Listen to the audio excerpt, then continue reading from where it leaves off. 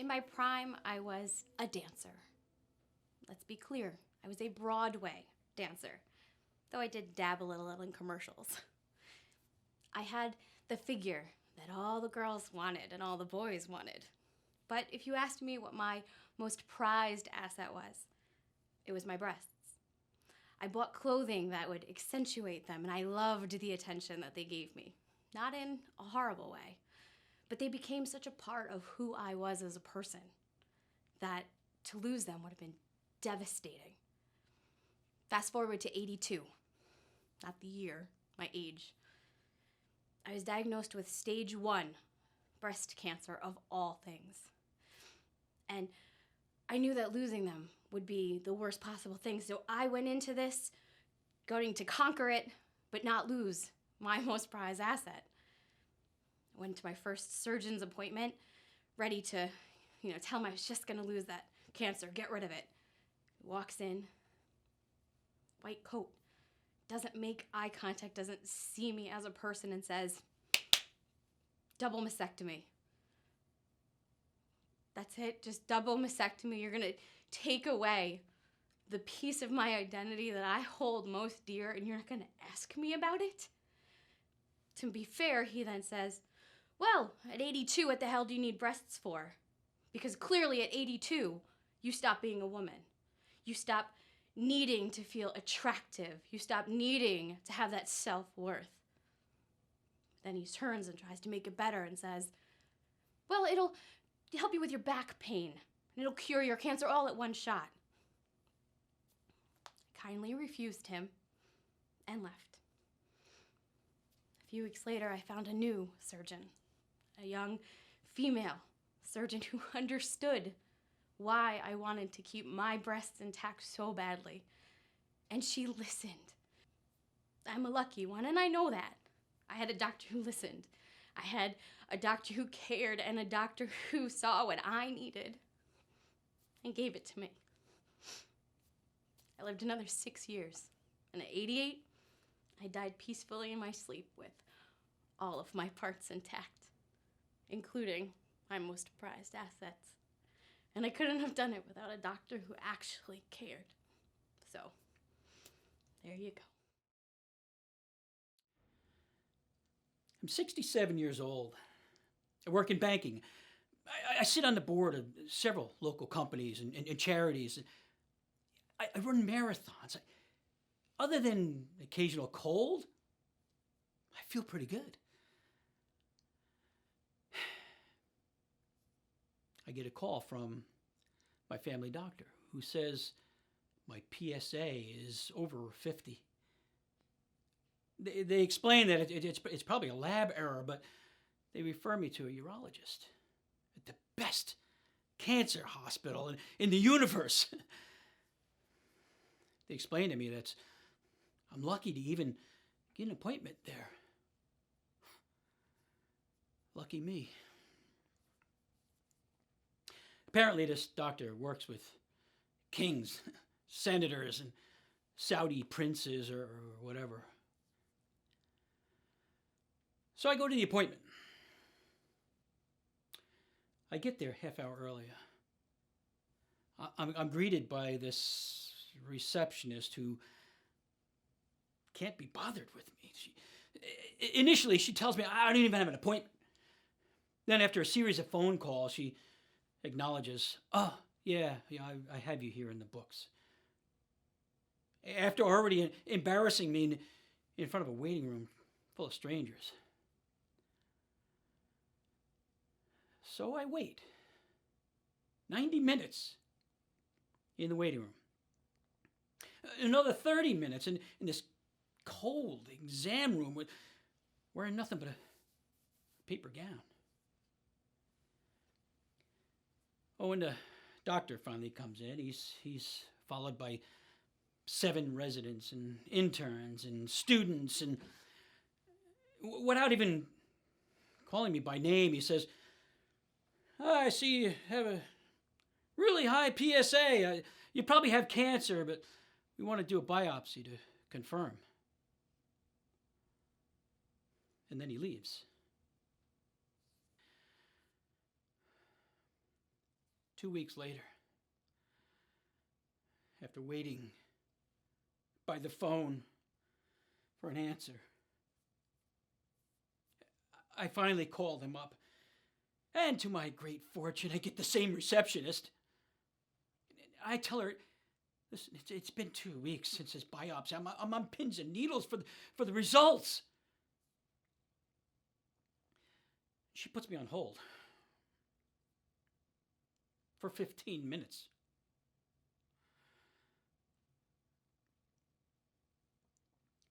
She comes back on the phone. She says your biopsy was positive. The doctor says you have cancer, would like to schedule surgery ASAP. I hang up the phone. And I throw up. I spend my final 2 years of my life impotent, sick, and in pain.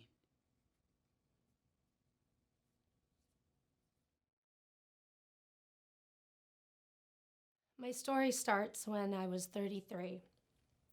I was in the shower one day, pregnant with my third child. I had 2 children already, one in kindergarten, one a toddler.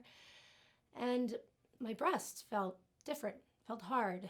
And I'm pregnant again, so I figure, all sorts of strange things happen to your body when you're pregnant, so it's probably just a blocked milk duct or something, no big deal. So then time goes by and it changes. It starts getting hard and harder and red and painful, and then the skin starts to change and it doesn't feel like skin anymore. It feels more like an orange peel. So I realize this is not normal. This is not right. And so I go to my doctor and he refers me to a breast oncologist. And remember now, I'm pregnant about halfway through my second trimester, and this oncologist thinks, okay, you're gonna get an abortion, and we're gonna start treating you for cancer, because the biopsy came back positive for cancer. And I'm thinking, I'm not aborting my baby. This is my baby. I can feel him growing inside of me already. You are not taking my baby. And of course, he can't wrap his head around that at all and pleads with me to change my mind, but I'm resolute. No, you are not taking my baby. And so I go through the pregnancy and I deliver the most beautiful baby boy I ever saw.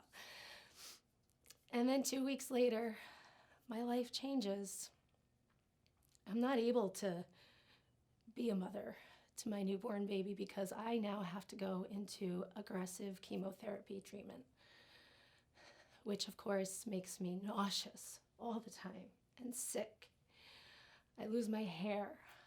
I'm not able to take care of my 3 children, and I just feel weak and awful and terrible every single day. And the only thing that gets me through is the desperate hope that this will save me so I can continue to be a mother to my 3 babies who I can't even take care of right now.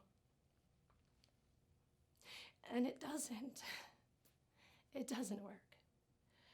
And so I have to have a double mastectomy. And I remember the plastic surgeon saying to me, "Don't worry, I'll make you new boobs." And I'm thinking, these aren't boobs.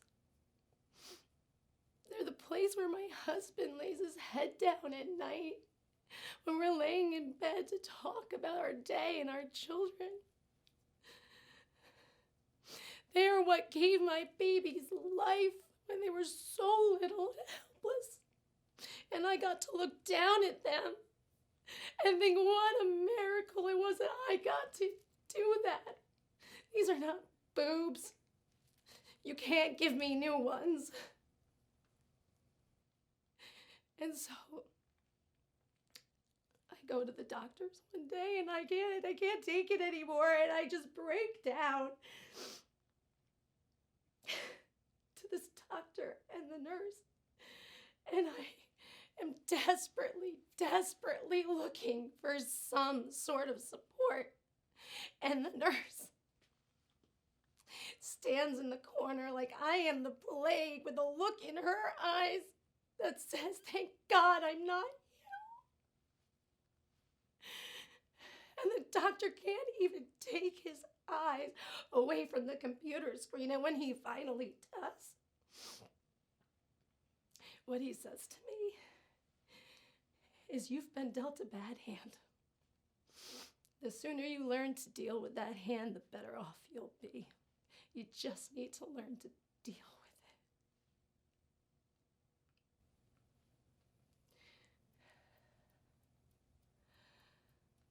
it." 4 months later,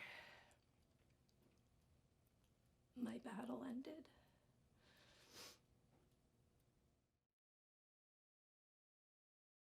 I thought I was done with all this.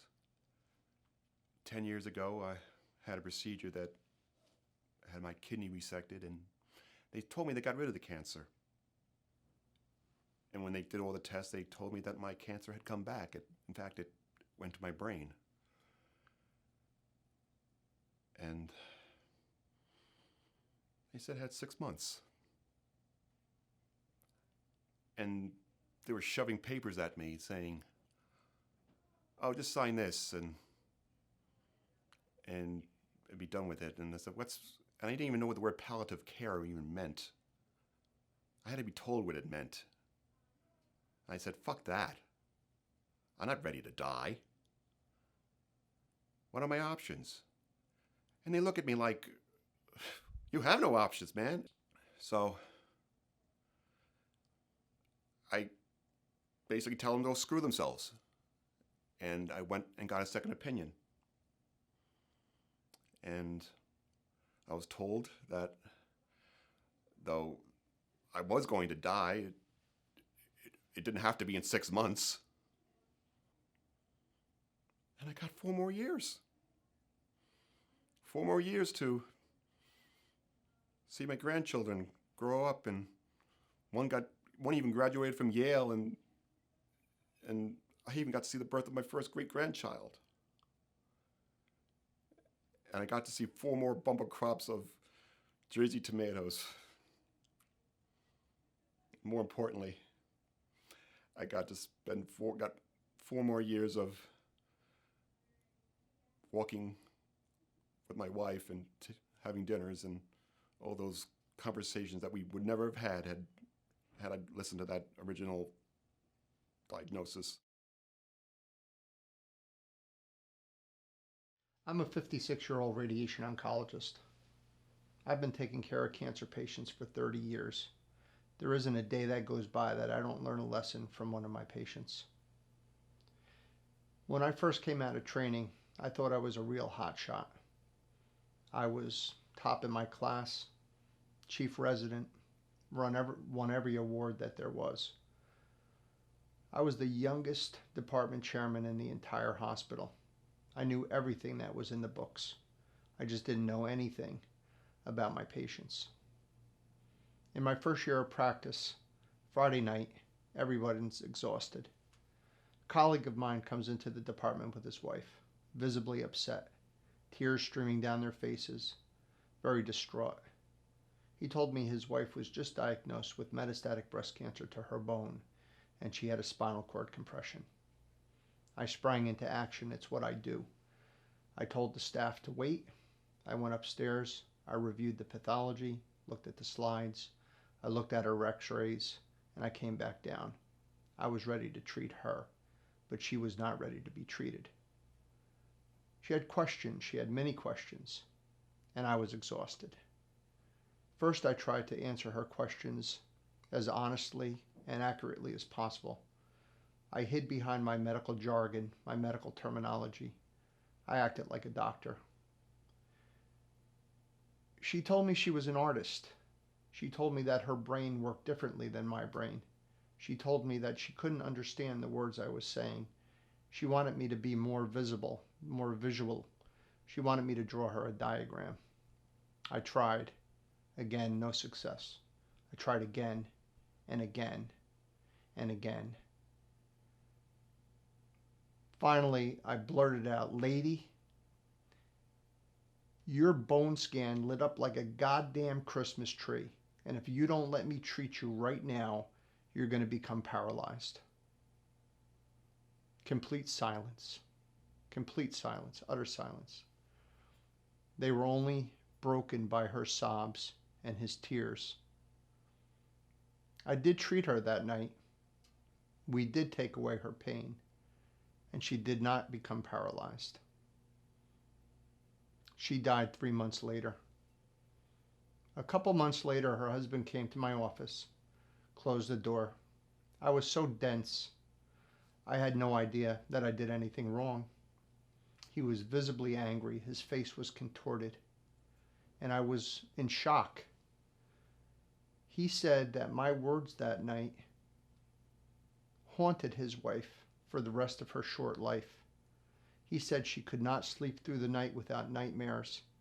He said that her vision of my description of her body being filled with cancer and lighting up like a Christmas tree was really what killed her.